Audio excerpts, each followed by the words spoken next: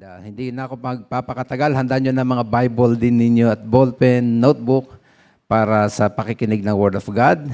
Ay siyempre, bago ko tawagin na ating speaker, kasama patuloy natin. Salamat Ate Ann. Thank you uli.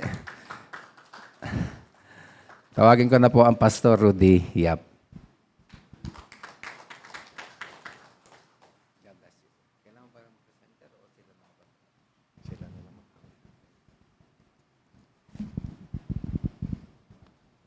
Good morning po, everyone. Again, thank you, Pastor Mark, Gigi. It's a time na ito. It's a great privilege for me to be with you in worshiping the Lord with singing and praise and joining you in this time of worship, which is very, very meaningful para sa ating Diyos na sinasamba at ating Panginoon tagapagligtas. Sino po sa inyo dito ang mga 5 taon pababa na naging Kristiyano? 5 taon pababa. Meron ba? Wala. 5 pataas. Marami. So, yung mga iba, hindi nyo alam kung ano na kayo. Okay. So, basahin po natin ang ating teksto. Nasa Colossians chapter 3, verse 1 to 4. At pinamagatan ko pong ang mensaheng ito ng heavenly mindset. Babasahin po natin sa New American Standard Bible. Samahan niyo po ako. Kung gusto niyo pong tumayo, okay din. Tayo po tayo. At basahin po natin. Handa po, basa. Therefore,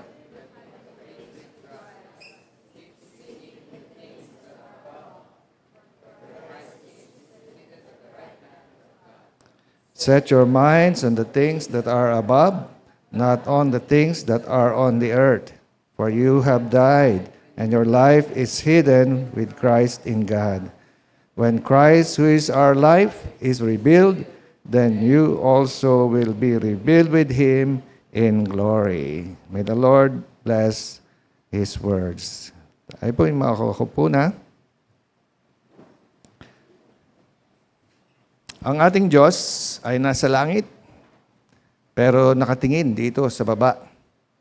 At tinitingnan niya ang kanyang mga ginawang tao, mga anak. At tinitingnan niya, hinahanap niya kung sino yung nakakaunawa. Kung sino yung who seek after God. Sino yung seeking after God. But then, it's so sad kasi may nakita siya. Ang nakita niya ay yung mga wicked, they do not seek the Lord. And their thoughts, all their thoughts are saying there is no God.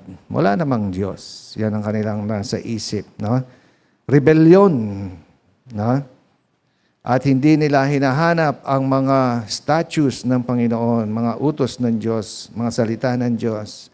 At ang hinahanap ng tao, nakita ng Panginoon, Diyos, sa puso nila ay hinahanap nila yung gusto lang nila. Their own desires. Ito ay napakagandang halimbawa dito ay yung ating mga kontraktor ng DPWH. Walang ibang hinanap kundi pera para sa sarili nila. Kaya maraming kapwa Pilipino natin ay nagdusa, nahirapan, nawalan ng mga bahay, maraming epekto at ang pinakamasama, may mga namatay pa din. Dahil sa kanilang kasakiman sa pera. Walang pakialam sa iba, ang pakialam lang nila sa sarili nila.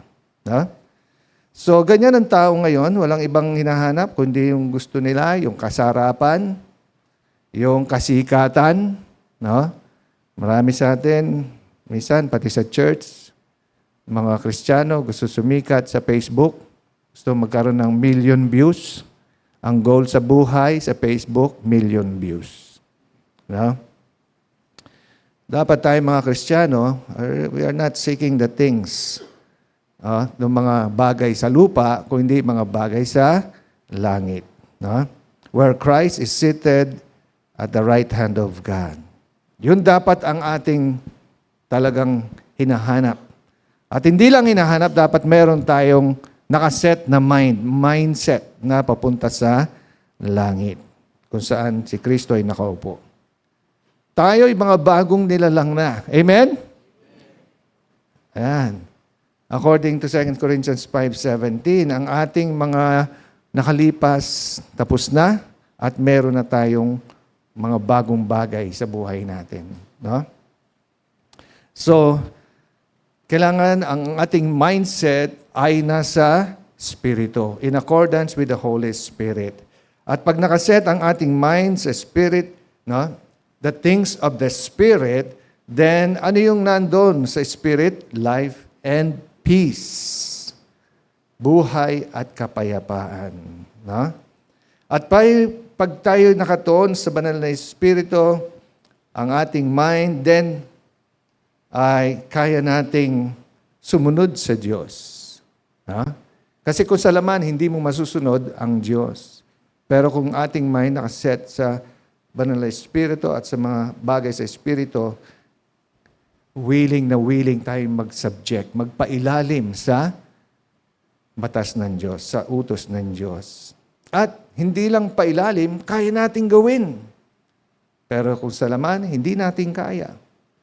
At pag ginawa natin, then mapiplease ang Panginoon sa atin. Matutuwa ang Panginoon sa atin. No? Hindi lang basta sinik mo, kailangan ginawa mo. No? At mapiplease natin ang Panginoon. Ang sabi rin ni Paul, sa Philippians chapter 2, verse 5, kailangan ang isip natin ay kapareho, no, ng isip ng Diyos, ni Kristo. Have this mind among yourselves, which is yours in Christ Jesus. Kamukha ng takbo o pag-iisip ng Panginoong Jesus, ang ating pag-iisip. Anong klaseng pag-iisip ng Panginoon? Humble. Humble.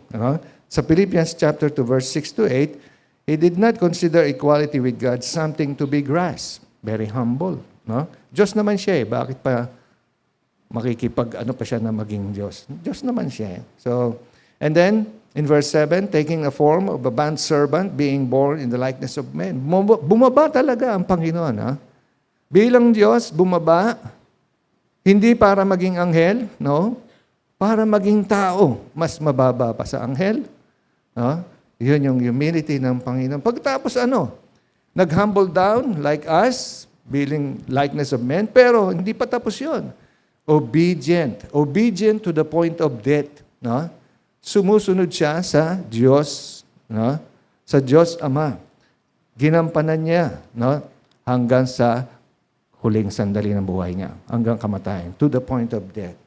So, he submitted his will to the plan of God. He considered us, tayo, better than himself. No?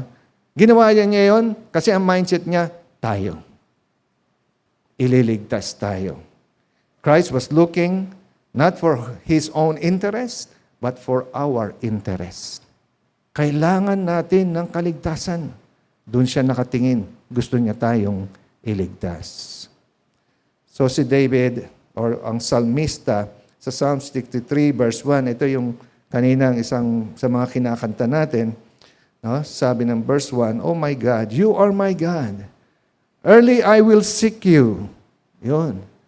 "My soul thirsts for you, my flesh longs for you." Wow. Ito, hindi na talagang hinahanap lang, no? Naka-mindset lang. Talagang umaga pa lang daw ang Diyos na ang gustong makita. No?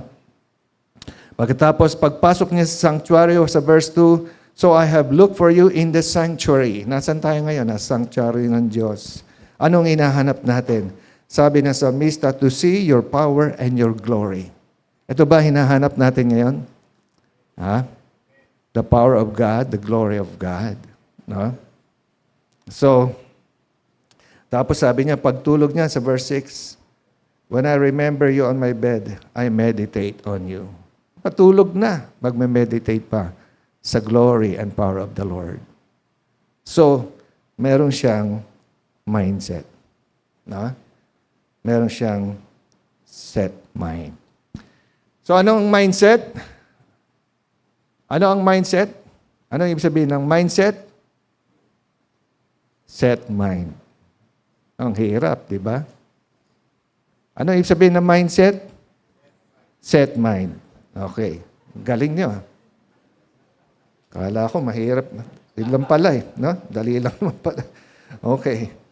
Meron tayo dapat mindset na nakatuon sa langit kung saan nandun si Kristo nakaupo. Tama? Yan ang sabi ng ating teksto, di ba? Ang mindset, ano ba ang mindset? Alam niyo yung kabayo na kalesa dyan sa Santa Cruz doon, no? Sa Quiapo, meron silang takip sa mata, kaliwat kanan. Bakit? Para magkaroon sila ng focus. Hindi sila ma-istorbo o ma-impluensyahan ng mga nasa tabi. Ngayon, kailangan ng bawat driver yan. Pag nagda-drive ka, dahil ang mga motor sa paligid mo, talaga naman lumulusot na lang basta-basta. Kailangan, may takipin mo. Hindi mo sila makita. Ha? Grabe, no? So, kailangan natin to. Unang-una, dahil may kadahilanan na magaganda. Pangalawa, gusto natin tingnan yung ating reaction. Ano bang dapat natin gawin dyan? At yung time of revelation sa bandang huli. Ito yun ang pinakamaganda sa lahat. Kaya, huwag kayong tutulog sa bandang huli. Yun ang pinakamasarap. Ha? Okay, mga kadahilanan, the reasons for this. Bakit tayo tinatawag na set our minds? Ha? Seek the things that are above. Bakit? Unang-una, tayo dati mga patay sa kasalanan. No? Colossians, sinabi yan sa verse 3, for you have died. No? Namatay na kayo eh. And your life is hidden with Christ in God. No? Pero babalik kayo doon sa Colossians chapter 2. Babalik tayo palagi sa Colossians chapter 2. Ano? Kasi yan yung konteksto ng ating pag-aaral.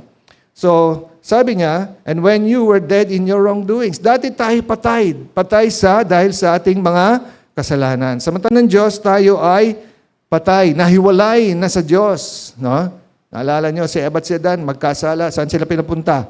O, pinapasok ba siya sa kaharian? No. Pinalay sila sa Pairaison. Nahiwalay sila, namatay sila, naseparate sila sa Panginoon. Ganyan din sinasabi sa Ephesians chapter 2, verse 1 and verse 5. You were dead in your offenses and sins. You were dead in your wrongdoings. Patay tayo sa ating mga kasalanan. Hiwalay tayo sa Diyos. Pero hindi na natiling ganon. Sabi sa Colossians chapter 3, verse 1, you have been raised with Christ. Tayo'y muling binuhay ng Panginoong Diyos. Amen? Ang hina nyo mag-amen. Baka patay pa kayo. Ha? Binuhay tayo mula sa kasalanan, sa pagkahiwalay. Amen! Praise God! Grabe. Namatay si Kristo para ibuhayin tayo. Ganyan lang klase. Amen ang sasabi. Amen. Ha? Nakakahiya sa Diyos niya pag ganyan. No? Amen! Talagang praise God. Salamat. Namatay si Kristo sa ating mga kasalanan. Tingnan niyong mabuti ang sinasabi kung ano ang konteksto na tayo muling binuhay ng Panginoon. Sa chapter 2, verse 13 to 15, ang sabi, He made you alive together with Him, having forgiven us all our wrongdoings. Pinatawad ang ating mga kasalanan. Amen! Wow! Tapos ano pa? Cancel the certificate of debt consisting of decrees against us. Merong certificate of debt. Utang mo, utang ko dahil sa Diyos, dahil sa ating kasalanan. Pero yon ay canceled. No? So, wow, praise God. Alam nyo, ang pinakamasaya sa buhay ng tao, bumili ka ng sasakyan, bumili ka ng bahay at lupa, ay yung makuha mo yung certificate na fully paid. Di ba? Hanggat wala ka certificate na fully paid, hindi sa iyo yun. Sisingilin ka, kukunin pa rin yun kung hindi ka makapagbayad. Tama? Wow. Pero dito sa ating kasalanan, yung certificate of debt na yan, canceled na. Fully paid ni Jesus Christ. Kaya napakaganda, di ba? Pagkatapos ano pa yon? At sabi ng konteksto, verse 15, He had disarmed the rulers and authorities. He made public display of them, having triumphed over them through Him. Wow, ano nangyari? Si Satanas at ang kanyang mga kampon, wala nang kapangyarihan laban sa atin. Wala nang magagawa sa atin. Yeah? And all he can do is like roar, roar, roar like a lion. No? Puro ingay na lang. Wala nang ngipin. So, hindi na tayo kayang saktan na. No? So, praise God. Kaya nga gusto kong mangyari, malakas na amen. No? Wow. Kung naintindihan natin itong lalim ng ginawa ng Panginoong Jesus sa atin, yung kanyang pagkamatay sa krus, talaga naman, mapapasigaw tayo sa hallelujah. Amen. Hallelujah. Salamat sa Panginoon dahil sa kanyang great love, mercy, and grace according to Ephesians chapter 2 verse 4 to 6. Langyari lahat yan. Tinanggap natin lahat yan. No? Kaya, praise God. Now, pangatlo, ang dahilan, tayo ay, sabi diyan, ang buhay natin ay nakatago na kay Kristo. No? Our life is now hidden with Christ, no? In God. So, nakatago na ang ating buhay sa Panginoon. Anong ibig sabihin nakatago na ang ating buhay sa Panginoon? Ito ang Panginoon, nakatago na tayo dito. No? Ang ibig sabihin niyan ay parang Galatians 6:2 verse 20. I have been crucified with Christ. It is no longer I who live. Hindi na tayo nabubuhay sa ating sarili, but Christ lives in me. No? Buhay ba ang Panginoon sa inyo? Wow. And the life which now I live in the flesh, I live by faith in the Son of God, who gave Himself up for me. Yan. So, nakatago na ang ating buhay sapagkat tayo ngayon ay we live by faith in the Son of God. Amen? Nabubuhay ba kayo sa pananampalataya? Oh, yan. Wow. Pagka hindi, kausapin niyo mamaya si Pastor. Ha? Para may paliwanag sa atin. Living by faith, no? Not by sight. Okay. So, sabi rin ng Philippians 1:21, for me to live is Christ and to die is gain. Wow. No? Hindi na ang buhay natin ay para kay Kristo na. Mamatay man tayo, kay Kristo pa rin. Wow. No? Yan ang living by faith. Now, yan ang ginawa ng Panginoon sa atin. No? We were dead, made alive, and now our life is hidden with Christ. Nandiyan ba sa teksto natin? Nandiyan yan. No? So, and then, ang anong ating reaction dito, tayo ay tinatawagan na keep seeking the things that are above, where Christ is. No? Pag sinabing seek, search, look for, desire, strive after. No? Yan yung pinagpupursigihan mo. Tapos the verse 2, set your mind on the things that are above, not on the things that are on the earth. I-set mo na, hindi lang seeking, nakaset na yan. No? Set na yung mind natin. Okay? So, pag sinabing nakaset na, ayan na. Parang ano na yan. Alam niyo ba yung ibig sabihin ng sa aeroplano? Pagka sinet ng pilot, yung autopilot, ayan na. Tuloy-tuloy na yan. No? Yung pilot, pwede na matulog. Tapos nakaset na. Wow. No? So, tuloy-tuloy na. Punta na dun sa destination. No? So, ganyan ang gustong mangyari ng Panginoon sa atin. Nakaset yung ating mind sa papuntang langit. Nakaset ba ang mind nyo papuntang langit? O, tanungin ko kayo. Anong sabi? Set your mind on things above. Ano yung mga bagay sa langit na nakikita nyo, nakaset yung mind nyo? Ano yung mga bagay sa langit na nakikita ninyo? Sige nga. Ano nakikita nyo? Angels. Very good. Nakikita nyo angels, no? May ilang klase yung angels? Meron nga rin, di ba? Seraphim. Mga gano'n. Okay, may angels doon. Tama yun. No? Ano pa? Ano pa nakikita nyo? Ha? Mansion. Okay? Talagang maganda yung mansion, ha? Ano yung papunta sa mansion? May kalsada. Ano yung meron sa kalsada? Gold. Oh? Kaya kayo, pagka yung mga gold nyo dito, pagdating doon, kalsada lang yun. Pavement lang. No? Ano pa nakikita nyo sa langit? Dito, ano nakikita nyo sa langit? Ha? Mga things on the earth, on heaven. Ano? Ano nakikita nyo? Ha? Light. Light. Ano? Nasa poste? Saan yung light? Ha? Solar? Solar ba? Ano yung light? Ha? The glory of God. Ha? O ano pa? Ano pa nakikita nyo? Dito, ano nakikita nyo? Ha? Kukunti, ano? Ha? Throne. The throne of God. No? Wow, maganda yan. No? The throne of God, where Christ is seated at the right hand of God. So, ayun, nakalagay na doon, no? May throne. Ano pa? Ano pa? Kayo dito. Ha? Ano nakikita nyo sa langit? Ha? Nag-aawitan. Okay. May 24 elders. Merong multitude. No? Singing. Ano pa nakikita nyo? Si Kristo. Sino nakakita kay Kristo doon? Ando ba si Kristo? Where Christ is seated, sabi. Pero may kulang pa. Na-picture nyo na ba yung sarili nyo na nandun kayo? Wow. Lahat na na-picture nyo, pero yung sarili nyo, nandun ba kayo? Yan. So, pagka nakaset yung mind natin doon, medyo, siyempre titingnan natin yung ano natin, di ba? So, minsan, mahirap tayo mag-project sa heaven, no? Pero ano bang kailangan natin gawin? We have to have a renewal of mind. Unang-una, no? Do not be conformed to this world, but be transformed by the renewing of your mind. Yun sabi, no? Be transformed. Kailangan baguhin natin muna yung ating pag-iisip, no? Yung ating perspektibo, no? Okay, paano binabago ang ating pag-iisip? Sa 1 Corinthians 13 verse 11, sabi ni Apostol Pablo, "When I was a child, I speak like a child. I think like a child. I reason like a child. When I became a man, I did away with childish things." No?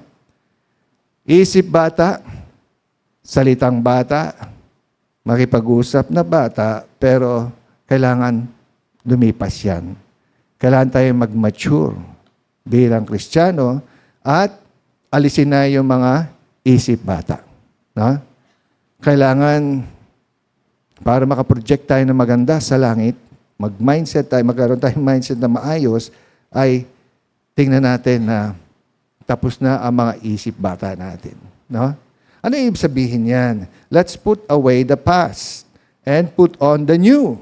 Di ba? The present. Yan. Tingnan na natin yung sabi ni Apostol Pablo doon sa Romans na mas maganda ang kalooban ng Diyos, good, acceptable, and perfect will of God. No? Hindi maganda yung kalooban natin, mas maganda yung kalooban ng Diyos. No? Kailangan makita natin yun. Kailangan makita natin and i-prefer natin yung kalooban ng Diyos, yung daan ng Diyos, paraan ng Diyos, kaysa ating sariling paraan. No? Kailangan piliin natin yung katotohanan and righteousness kaysa doon sa mga kasinungalingan at sa mga unrighteousness. No? Para tapos na ang isip bata. Dito na tayo, di ba? Kailangan piliin natin, maintindihan natin, ano ba ang diferensya at pagkakaiba ng lumilipas at hindi lumilipas, eternal. No? Anong kaibahan ng mortal and immortality? Anong kaibahan ng perishable sa imperishable? No? Kaya nga maintindihan natin yan. Amen? Para makita natin talaga maliwanag ang mga bagay sa langit. Magkaroon tayo ng tamang mindset. Now, pinag-uusapan natin itong mga things above. No? Ngayon, ano itong mga bagay na ito? No? Itong mga bagay na ito, alam niyo yung ngayon at bukas, pag-iisahin natin. No? Okay? Tingnan nyo mabuti. Ang una, na mga bagay na kailangan nating hanapin ay the place of His kingdom and His righteousness. Okay, siguro alam niyo na kung ano yan. No? Matthew chapter 6 verse 33. But seek ye first the kingdom and His righteousness. No? Now, may mga iba, seeking the kingdom, walang righteousness. Okay? Delikado po yun. Sapagkat ang kingdom of God ay righteousness. Okay? Tama ba yun? Pagka merong kingdom na walang righteousness, hindi yun ang kingdom ng Panginoon. Okay? Kaya, unang-una, the place na we are going to seek and have our mindset is the kingdom of God and His righteousness. Keep seeking. Have a mindset dito sa kingdom and His righteousness. Paano to, Pastor? Paano yan? Paliwanag natin ang according to Matthew chapter 6. Ang place na ito ay place sa puso natin. The kingdom of God, at sabi sa Matthew chapter 6, verse 10, your kingdom come, your will be done on earth as it is in heaven. Kabisado niyo ito, Your kingdom come, your will be done. Nandun ngayon ang kaharian ng Diyos where Christ is seated. Nandun, wala pa tayo ngayon doon. Pero yung rule of the kingdom, pwede natin ilagay dito sa puso natin. Para na rin tayo nasa kingdom. Di ba? Pagka ang kingdom separated sa puso natin, ang rule ng kingdom, walang totoong nangyari sa buhay natin. Kailangan nandun yung rule of the kingdom sa puso natin. Kaya nga sabi, ang sabi ng prayer, your kingdom come, your will be done. Your will be done where? Dito una sa puso natin, sa buhay natin. On earth, as it is in heaven. Katulad nung nasa langit na susunod ang kalooban, sana ganun din dito sa puso ko, sa buhay ko. Di ba? So, kaya nga, maski na si Jesus, nagsabi na panalangin niya, not my will, but your will be done. Sa Gethsemane, bago siya arestuhin. So, nanalangin siya ng ganon. So, ang una, hinahanap natin yung kingdom rule. Alam mapunta sa buhay natin. Pagka may rule na si Jesus Christ dito sa buhay natin, naghahari na sa buhay natin, ano mangyayari? That place in our hearts will trust in the Lord. Magtitiwala tayo sa Panginoon. Yan yung sinasabi ni Jesus na, give us this day our daily bread. Matthew chapter 6 pa tayo. Give us this day our daily bread. Nagtitiwala na sa Panginoon na magbibigay ng ating hinihingi sa Kanya, sasagot sa ating mga panalangin. At dito rin sa Matthew chapter 6, sinabi niya yung do not worry then, saying, what are we to eat or what are we to drink? What are we to wear for clothing? Ang nais ng Panginoon, huwag ka na mag-alala dyan sa mga bagay na yan, pero magtiwala ka na that God will provide. Because our Heavenly Father knows that you need all these things. Pagka tayo marunong na magtiwala sa Panginoon, we can set our minds.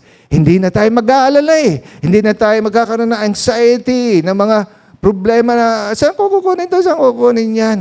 Magtiwala ka sa Panginoon. So, magtitiwala ba kayo sa Panginoon? Kingdom rule will trust in God.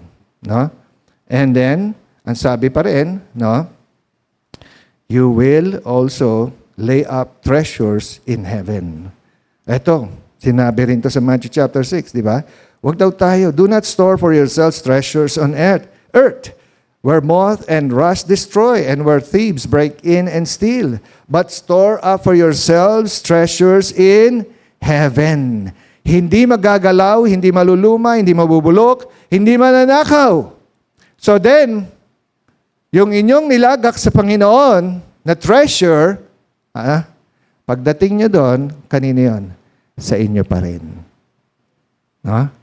Pag wala kang nilagak doon, huwag ka na maghanap. Okay? Huwag kayong maghanap. Maghanap tayo kung may nilagak tayo sa langit. Na what? Treasures, hindi barya. Treasures daw. Okay? So, minsan dito, ang gaganda ng bahay natin, gaganda ng kotse natin. Pag namatay tayo, sinong gagamit niyan? Kanino mapupunta yan? Di ba? May iwan mo Di ba? May iwan mo. Sinong gagamit niyan? Si Antikristo. Yung pera mo sa bangko, kukunin ni Antikristo. Wala ka na eh, patay ka na eh. So, naiwan mo. Pero yung nilagak mo sa langit, sa'yo pa din. Ganda naman. Secured. No? Wow. Kaya dapat maglagak tayo ng treasures in heaven. So, nakikita nyo na po, no? Kita nyo na yung relasyon, no? Meron tayo ngayon. Kailangan nakaproject tayo doon. Now, ano pa itong bagay sa langit? Merong price. Hindi lang yung place, merong price na kinakailangan nating pagpursigihan. Dahil pagdating natin sa langit, tatanggap tayo ng price. Kung hindi tayo nagpursige, walang price. Ha? Ano itong price na to? No? Ito ay nasa Philippians chapter 3. One thing I do, forgetting what lies behind and reaching forward to what lies ahead. Kita nyo, nakaano na naman. Nakapokus na naman doon sa pupuntahan. No? I press on toward the goal for the what? Price of the upward call of God in Christ Jesus. No? So nakita niyo yung mindset ni Apostle Paul, no? One thing I do, reaching forward, pressing on toward the goal. What the goal is the prize. What is yung mindset niya, yan ang mindset niya, no? Yung upward call, yung tawag sa atin ng Panginoon, tayo tinawag saan? Sa kingdom, His own kingdom. Papunta tayo sa kanyang kaharian at kanyang glory, no? Sa kanyang eternal glory in Christ. Papunta tayo doon. Doon tayo papunta. Doon tayo tinawag ng Panginoon. Kaya dapat tayo ay pressing on doon. Papunta doon. Di ba? Mindset yun. Reaching forward. Pressing on toward the goal, the prize. And what is the prize? The prize, according to 2 Timothy 4:8, is the crown of righteousness.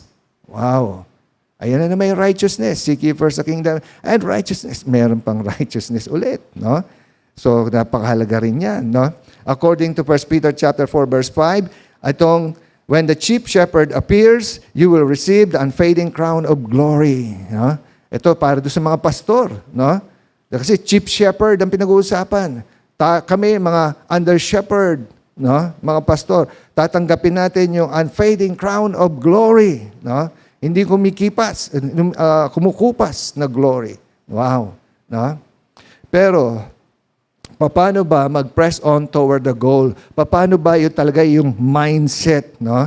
According dito, sa 1 Corinthians chapter 9, verse 23 to 25, ang challenge ni Paul ay, run in such a way that you may win.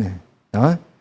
Kailangan, tumakbo tayo ng gusto nating manalo. We make sure na mananalo tayo, no?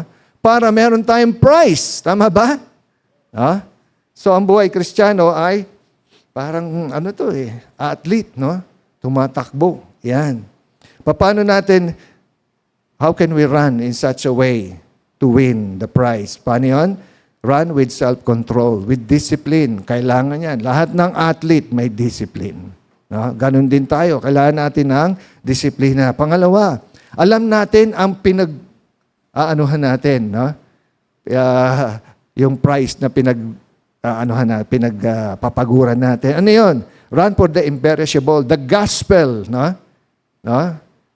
Run for the... Alam nyo, ito ang problema minsan ng mga tao. Pag napunta sa business, okay, business. Di puro business na. Anong gusto mangyari ng business? Di pera. So you run your life for money. No? Pero dito hindi. For the gospel. No? Para sa kaharian ng Diyos. Tama? Yan. And then sabi niya, run carefully in God's way. No? Ang warning ni Paul, ito yung titingnan natin yung konteksto ng Colossians. Ano nangyayari sa mga taga-Colossians? At sabi ni Paul sa kanila, take care that no one keeps defrauding you of your prize. Marami sa kanila ay nadadaya, nakala nila mananalo sila ng prize pero wala. Hindi sila makakatanggap ng prize. Bakit? Ano nangyayari sa kanila? No? Well, unang-una, akala nila ay salvation by works. No, by faith. No? Salvation by faith, not by works. Sa verse 11 hanggang verse 12. No? Akala nila it's shadow, not the substance of Christ. Ito ay nasa verse 16 and verse 17. No? Alam niyo ibig sabihin nito? Yung sinasabi dyan sa mga verse na yan, ito yung food and drink, festival or new moon or Sabbath day. No? Ito yung bumabalik sila doon sa mga lumang seremonya sa Old Testament, ina-apply pa sa mga Kristiyano. No? Wala na yun. Shadow lang yun eh. Kasi nung namatay si Kristo sa krus, na-fulfill na ang ceremonial law. Na-sacrifice na yung ultimate sacrifice. Tapos na! Bakit babalik pa doon? No? Kaya minsan, kalungkot yan na may mga Kristiyano na hindi naintindihan to, sasabihin sa iba na, ito nangyayari no, sa kanila, no? Pag di ka sumunod ng Sabat, di ka maliligtas. What? Paano na yung ginawa ni Kristo sa krus, di ba? Oh. Meron ba nagja-judge sa atin dito? Nasasabihin, oy, sumunod tayo sa Sabat. Kasi hindi ka maliligtas pag di ka sumunod sa Sabat. Meron bang ganon? May narinig na kayong ganon? Wala pa. Ako nakakalungkot eh. Graduate pa ng PBS. Nagsalita ba naman ng ganon sa Facebook? Ano ba to? Di ba to nakakaintindi? Ha? Pag di ka sumunod sa Sabat, hindi ka ligtas, di ka makapunta sa langit. Wow. Grabe, no? Kaya sabi ni Paul, ang substance, si Christ. Yung seremonya, shadow. Okay? Kailangan sa verse 18 hanggang verse 19, Christ-centered tayo, hindi self-centered. No? Itong humility dito ay fake na humility. No? Yung worship of angels, yung visions na nakita, anong nabubunga niyan? Self-centered yan. Pagka self-centered, may nakita kang vision, akala mo, ikaw na yung magaling, ano nangyayari sa ulo mo? Nakakahangin ka. Ako, nakakita akong vision sa ganito. Ha? Sumunod kayo sa akin, may nakita ako. Oh. No? Ayan. No? And then, isa pa, ayon sa Colossians chapter 2, verse 20, dapat ito, no? Christ's principles, not the principles of the world. No? Yung prinsipyo natin, baguhin na natin. Hindi na yung sa mundo. Hindi na yung mga nakaraan, kundi yung prinsipyo na ni Kristo na. No? O kayo, naniniwala pa rin kayo sa swerte? Kaya kayo minamalas. Ha? Elementary principles of the world. No? Anong klase yan? Do not handle, do not taste, do not touch. Puro panlabas yan. Pero sabi ni Kristo, di ba? Hindi yung pumapasok, kundi lumalabas sa bibig. No? Hindi yan. Ano? Hindi ang prinsipyo ng mundo yan. O pag may namatay, pupunta ka sa lamay. Ilang utos na narinig mo sa lamay? Ha? Bawal to. Bawal maligo. Bawal to. Bawal. O mag-Holy Week na. O, ang daming bawal. No? Kanina nanggaling itong mga utos na to? Ewan ko. Ay, ba't susunod ka? Hindi mo pala alam. No? Prinsipyo ng mundo. Hindi dapat na yung prinsipyo na dapat na ni Kristo. Tama? No?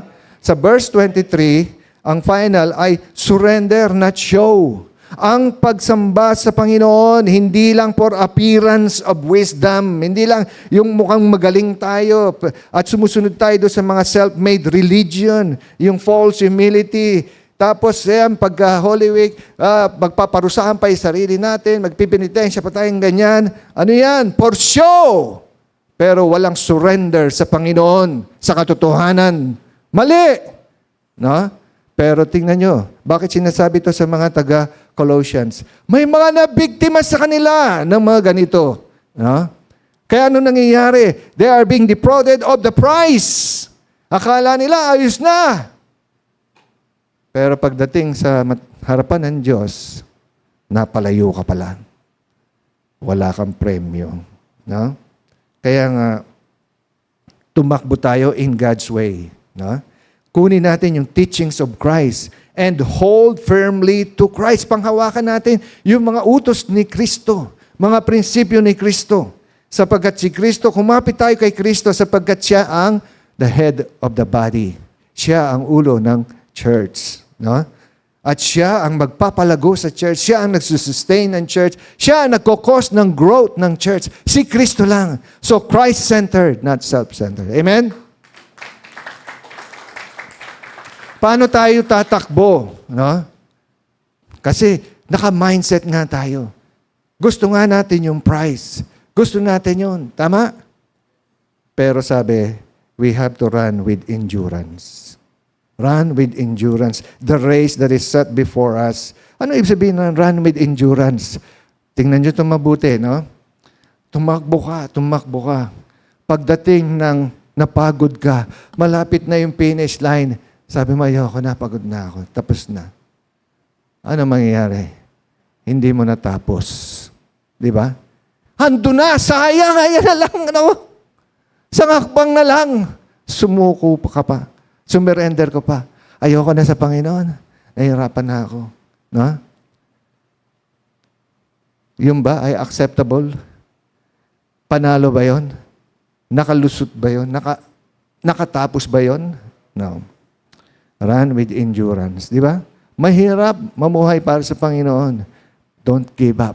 Tuloy ka lang hanggang sa huli. No? Si Kristo hanggang saan sumunod?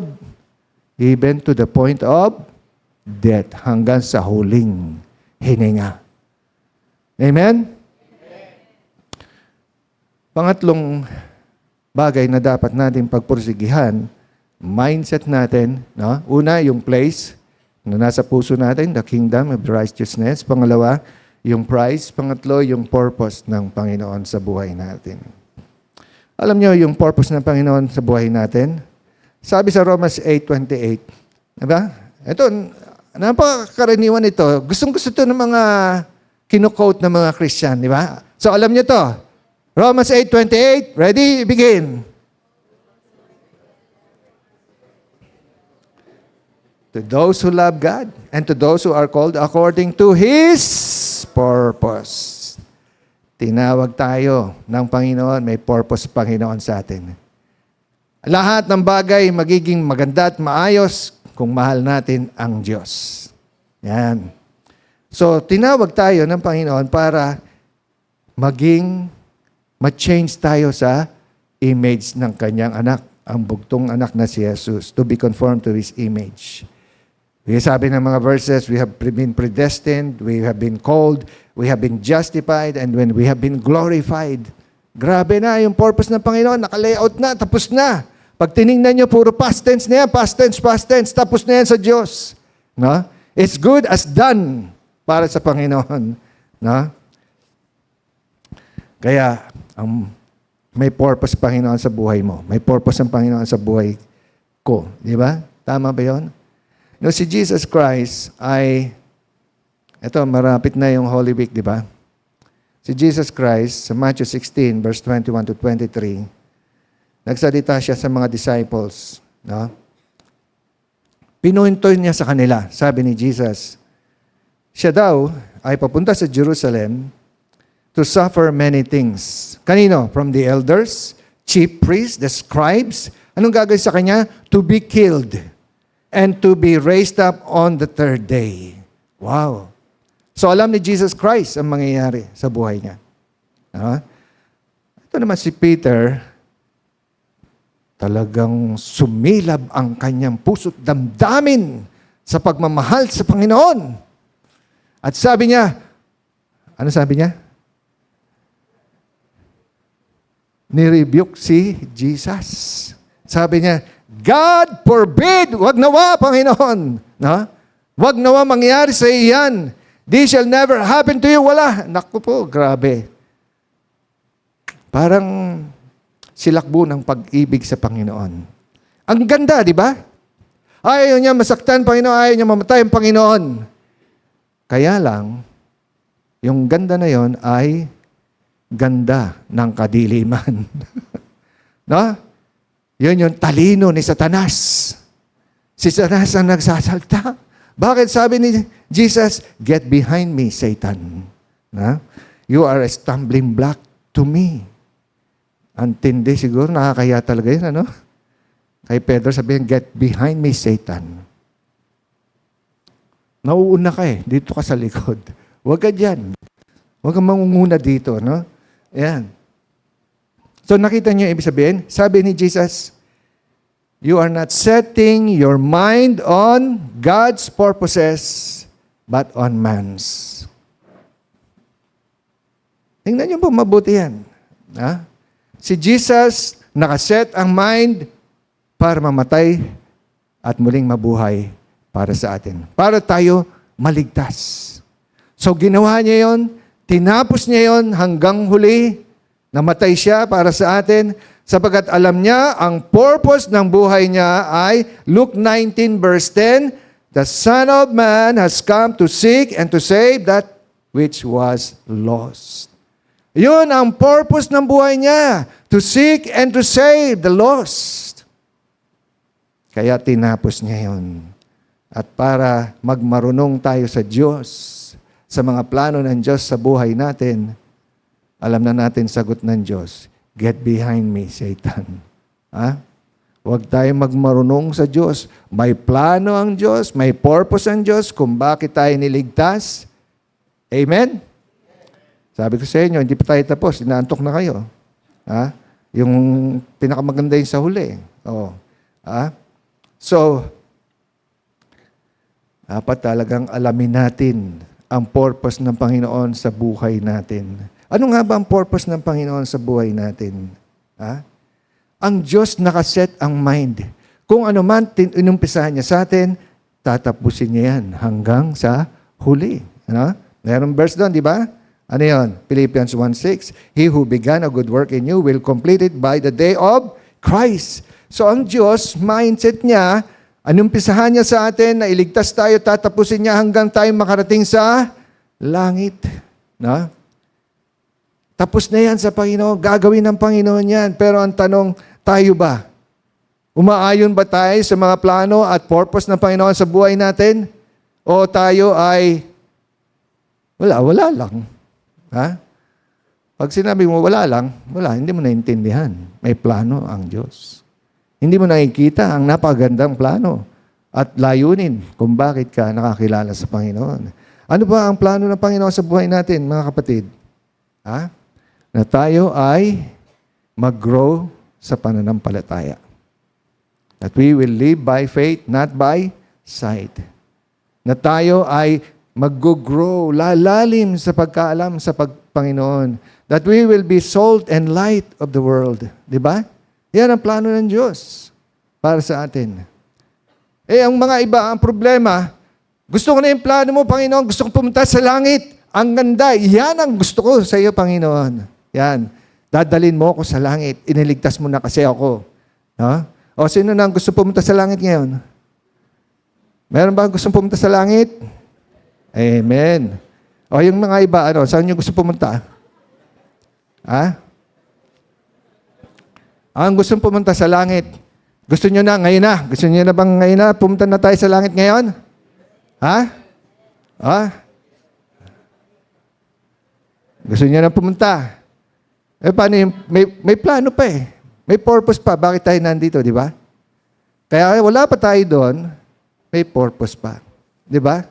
Ang tanong, kailangan ma-accomplish natin yung purpose ng Panginoon sa buhay natin. No? Hindi, wag kagad pumunta doon. Yung mga iba, kung gusto niyo na pumunta, mauna na kayo. May tinatapos pa ako, yung plano ng Diyos, yung purpose ng Panginoon. Sige, mauna na kayo, okay lang naman. Kami na lang ni Pastor magpapatuloy dito. Ha? Okay? So sabi naman ng iba, Pastor, gusto ko na pumunta sa langit pero hindi ako nagmamadali. Okay, maganda rin yan. Huwag kang magmadali. Kasi meron pang layunin na kailangan nating tapusin. Di ba? Pero ang araw ng Panginoon ay darating din naman. Sabi sa verse 4, when Christ who is our life is revealed, ayan na, then you will also be revealed with Him in glory. Ito na yung masayang ending, pinakamagandang ending. No? Alam niyo yung mga story na pinapanood yun, ng mga Korean drama, ewan ko kung saan na po uuwi yan, no? Pero ang kwento na ginawa ng Panginoon sa atin, ending in glory. Wow! Tingnan nyo itong mabuti. No? Paano mangyayari itong sinasabi when Christ, tapos ang sabi doon, who is our life. No?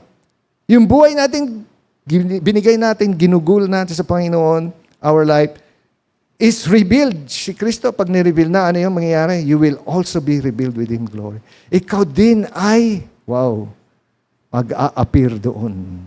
Ha? Tingnan natin paano mangyayari yan. Unang-una, magkakaroon ng rendezvous.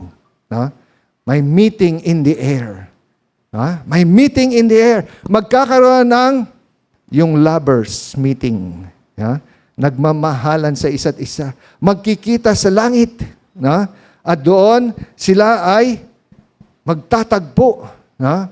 Yung oras na yon na pinag-usapan, yung lugar na yon na pinag-usapan, at ang purpose na yon na nandun, magkikita, nandyan lahat yan. Pero bago mangyari, magkakaroon sa 1 Thessalonians 4, 16-17, magkakaroon ng mga ingay, shout, voice of the archangel, and trumpet of God. Magkakaroon ng mga kaingay-ingay na yan. No? Pagkatapos, bababa ang Panginoon. Pagkatapos tayo, patay man o buhay, pupunta tayo doon sa meeting place. Sa tamang oras, yung pagbaba ng Panginoon. Amen. Kaya ang ganda nito, patay ka man o buhay, makikipag-meeting ka doon. Tayo doon. Amen. Wow. Pag sa rendezvous, nandun tayo, ayos na. No? Wala na tayong problema. Pagkatapos ng rendezvous, magkakaroon ng renewal. Ito na po, isa pa rin maganda to. Merong mga pagbabagong mangyayari sa atin. No? Ano mangyayari sa atin? Tayo ay babaguhin. We will all be changed. From perishable to imperishable. From mortal to immortality. Wow. At mangyayari ito na ganun lang kabilis sa plano ng Diyos. Ganun lang. Ganun lang. Isang kisap mata lang mangyayari yun. Magbabago ang ating katawan. No? Yung katawan na, ano tawag doon? Glorified body. Ano, natutulog na iba kayo? Ha? Alam niyo ibig sabihin nito? Yung glorified body, i-picture niyo yung sarili niyo sa glorified body. Anong nakikita ninyo? Ha? Wala na mga kulubot. Yung mga wala ng buhok, magkakaroon ulit ng buhok. Yung wala ng ngipin, magkakaroon ng ngipin. No? Gaano kaganda ang glorified body mo? Napipicture mo ba yung sarili mo? Napakaganda mo. Now, ito ay hindi yung pang-filter sa Facebook. No? Hindi mapipilter. No? Ikaw pa rin yun. No? Walang filter doon. No? Yun na ang pinaka-best na itsura natin na ibibigay sa atin ng Panginoon. Amen? Wala nang gaganda pa doon. Ikaw na yung pinakamaganda. Yung pinakamaganda at pinaka-wow sa lahat. No? Merong isa, nagpo-post sa Facebook, na i-post niya, hindi pa niya na-filter.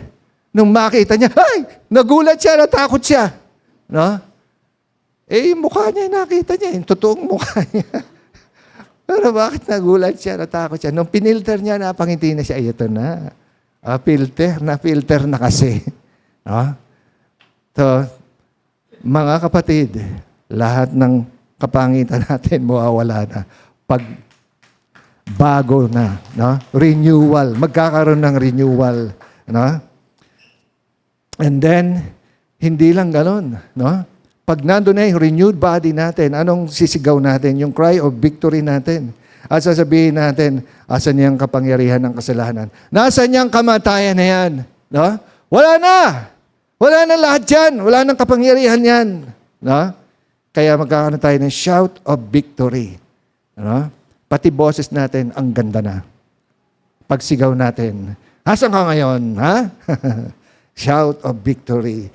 Pagkatapos niyan, magkakaroon tayo ng, rendezvous, may renewal, may changing. Pagkatapos dito, hindi tayo mananatili dito sa air, no? Sa gitna ng langit at ng lupa.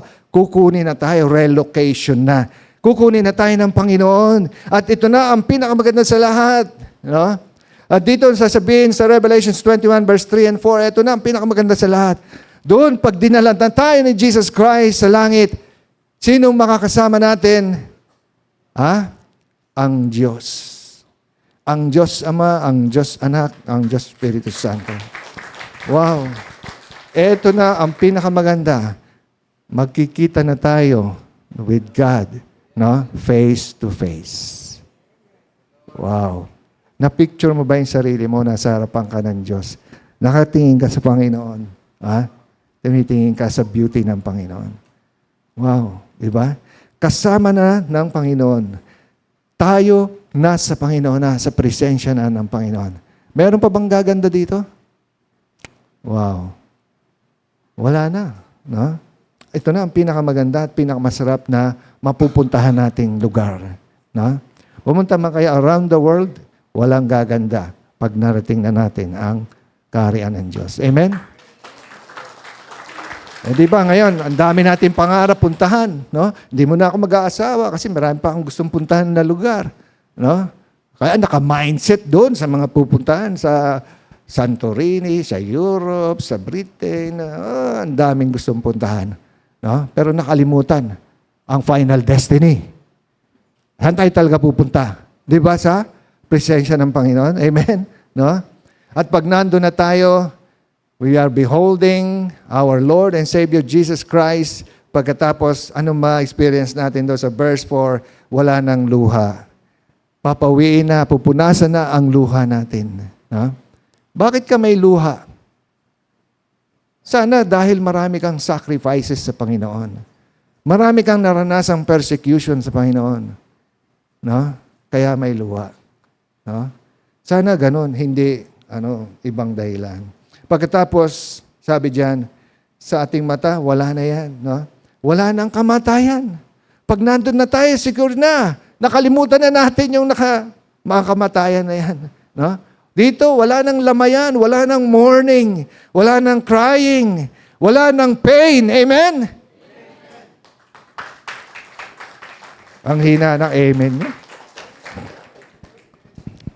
Sino sa inyo ang nasa 60 and above na? Taas niyong kamay niyo. 60 and above. Tayo lang ba nandito? 60 and above? Ha? Sumigaw tayo. Amen? Amen! Lakasan natin. Amen. Ano niyo kung bakit? Noon tayo, bata pa, natulog tayo. Diba? Natulog tayo, bata pa tayo. Paggising natin, lakas natin, full of energy. No? Basketball, maghapon, okay lang, walang problema. Pagdating mo sa bahay, pinapawisan ka, pagod ka, pero walang problema. No? Pagpalo na 60, ito na istorya, naba na istorya natin. Pagpalo ng 60, matutulog ka, paggising mo, injured ka. Ano nangyayari? Natulog ka lang. Paggising mo, aray, may sakit. Aray, sakit. No?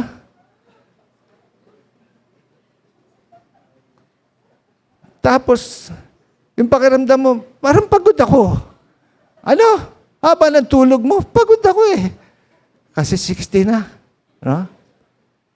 Kaya yung mga nasa 60 na, lakasan natin, amen natin. Pag binago na yung katawan natin, nasa presensya na tayo ng Panginoon, wala na sakit, no?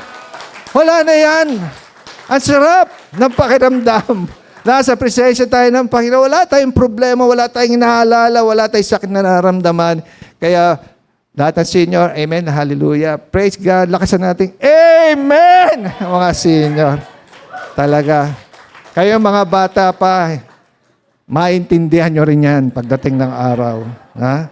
Kaya, basta kami mga senior, talagang, wow, we're longing for that time. The glorified body with the Lord. No more pain. Woo! Ang sarap-sarap. Kaya pinipicture ko yung sarili ko doon. Naku, wow naman, wala nang sakit. Ha? Ayos na lahat ang itsura, wala nang filter-filter. Ha? Wow. Kaya, mga kapatid, alalahanin natin may purpose pa tayo rito. No? May challenges pa tayong haharapin. May mga sufferings pa tayong pagtatagumpayan. Marami pa tayong sacrifices na kailangan ibigay sa Panginoon. Pero sasabihin natin, sa bandang huli, lahat, kung mas malaki ang binigay natin, na-prove lang, mas malaki ang pagmamahal natin sa Panginoon. Mas mabigat ang pinagdaanan natin para sa Panginoon, ibig sabihin lang, talagang totoong mahal natin ang Panginoon. At pagdating ng araw, wala sa ating magsisisi sa binigay natin sa Panginoon. Walang magsisisi. No? Ang pagsisisihan natin ay yung bakit nga ba hindi ko binigay ang lahat para sa Panginoon? Bakit nga ba konti lang dito, konti lang doon, magsisisi ka sa bandang huli? No? Walang regret. At sasabihin natin sa Panginoon, lahat ng binigay ko, lahat ibinigay ko. At sasabihin natin, pagdating doon, it's all worth it. Karapat dapat lang ang Panginoon na ibinigay ko lahat. So sa katapusan, let's keep seeking the things that are above. Magkaroon tayo, set our minds on the things that are above. Amen? Tayo po tayong lahat. At gusto ko, magwakas tayo dito sa verse na ito. Ha? Sa Psalm 27, verse 4, ang sabi, ito sana yung dedication ng puso natin ngayon. No? Ito sana maging desire ng puso natin ngayon. Ang sabi ng psalmista, one thing, mindset yan. One thing I have desired of the Lord. Ano yun? That I will seek. Isa lang ang hahanapin niya, desire ng buhay niya. That I may dwell in the house of the Lord all the days of my life. Wow. Yun lang ang desire niya. Makapunta siya sa kaharian ng Panginoon. At anong gagawin niya doon? To behold the beauty of the Lord. Anong desire ng puso niyo? Anong mindset niyo? Ang purpose ng Panginoon? Sana magampanan natin lahat. Let's pray.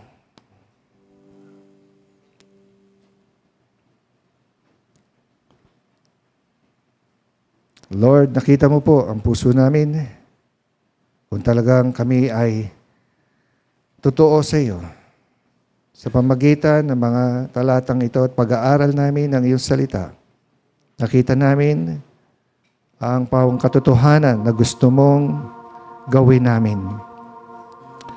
Dito sa buhay namin sa lupa, nakafocus kami, may mindset kami at isa lang ang hinahanap namin. We are only seeking one thing.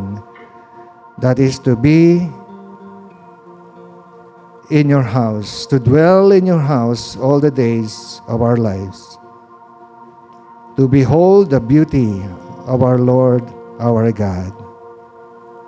O Panginoon, hanggang sa ngayon na pinahintulutan mo kaming nandito pa rin to serve you, to give glory, honor to you dito sa lupa. Tulungan nyo kami na gampanan ang mga plano mo, ang mga purpose mo sa buhay namin. Gawin namin ang purpose mo hanggang sa huli. To run the race, to win the prize. O Lord, tulungan mo kami to run with endurance, to give all our best, to give all of us para lang sa iyo. O Panginoon, katulad ng sabi ni Apostol Pablo, to live is Christ and to die is gain. Nawa, ito ang purpose, ito ang isang bagay na we will seek, that we will pursue, is to live for you, to live for Jesus, our Lord and Savior. So, Panginoon, give us now your grace and your blessing. Give us the power of the Holy Spirit that resides in us. Empower us, Lord, to live for your glory and for your honor alone. And this is our prayer, to the glory of your Son, Jesus Christ. Amen. Amen.